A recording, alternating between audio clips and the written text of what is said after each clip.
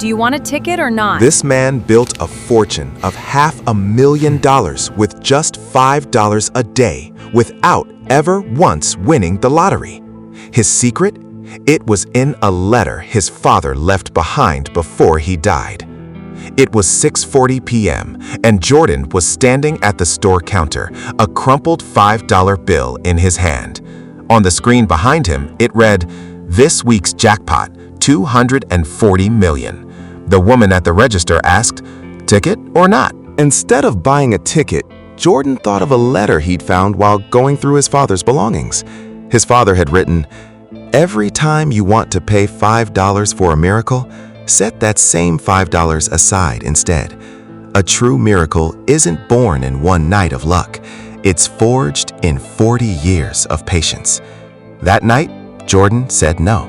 Instead of buying a paper dream, he went home, opened his laptop, and in the quiet of his room, logged into the bank's website. The blue glow of the screen lit up his face as he moved the cursor to Open Savings Account.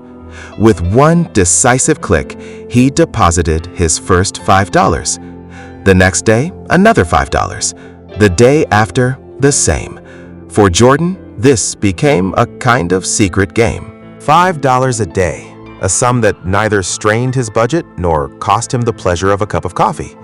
It was so small it seemed to disappear entirely.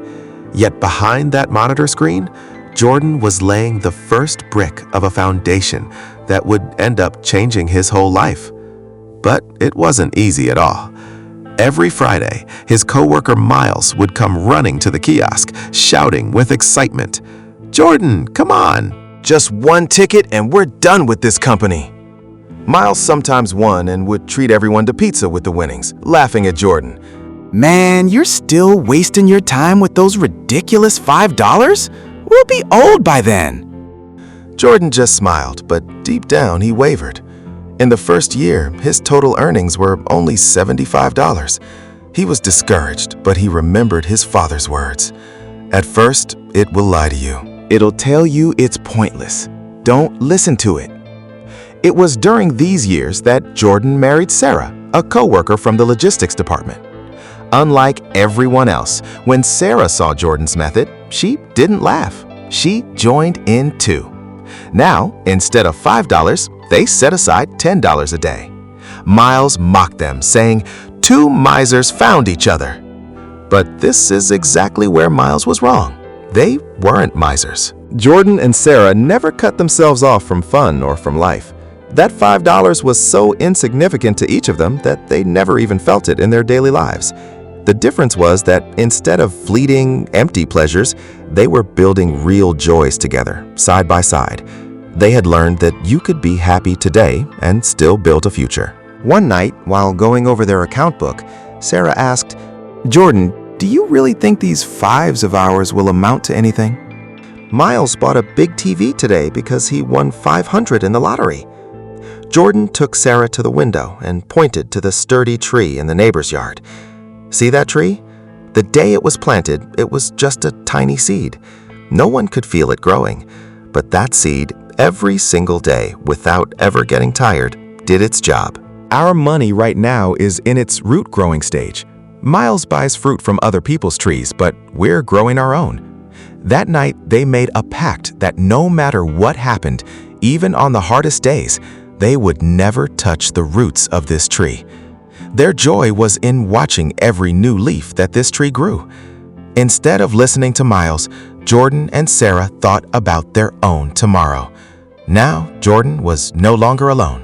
But just when everything seemed to be going perfectly, the storm arrived. The market crashed. Within 2 months, their account lost a third of its value. The news talked about the worst crash in history. Everyone was selling. Miles and even financial advisors said, "Get out before it all goes to zero." At night, Jordan stared at the red sell button. His finger trembled over the screen. Tension rippled through the whole city. One day, Miles came to Jordan with red, exhausted eyes and said, It's all over. I sold my entire portfolio in the market to cut my losses. You and Sarah are crazy to still be putting money into that damn account." That night, Jordan and Sarah sat at the kitchen table. The air was heavy.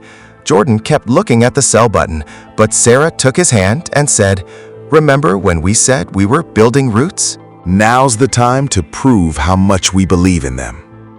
At that exact moment, another line from the letter came back to Jordan.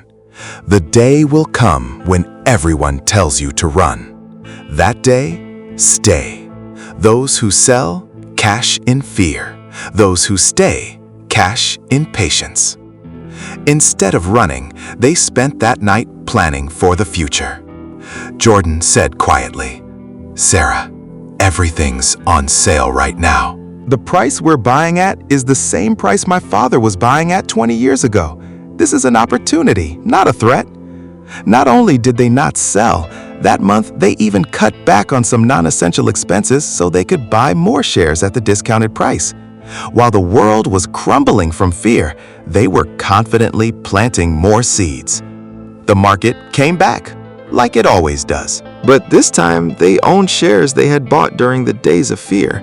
The speed at which their money was now growing had become almost frightening. Money was making money.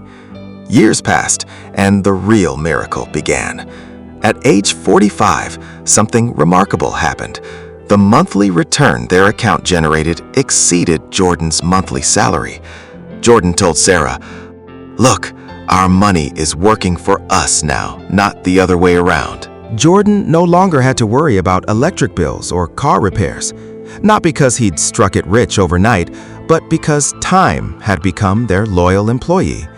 Miles was still preoccupied with which lottery numbers had better odds, while Jordan and Sarah were preoccupied with which dream trip to take together, the one they'd always wanted. They had become wealthy, but not overnight.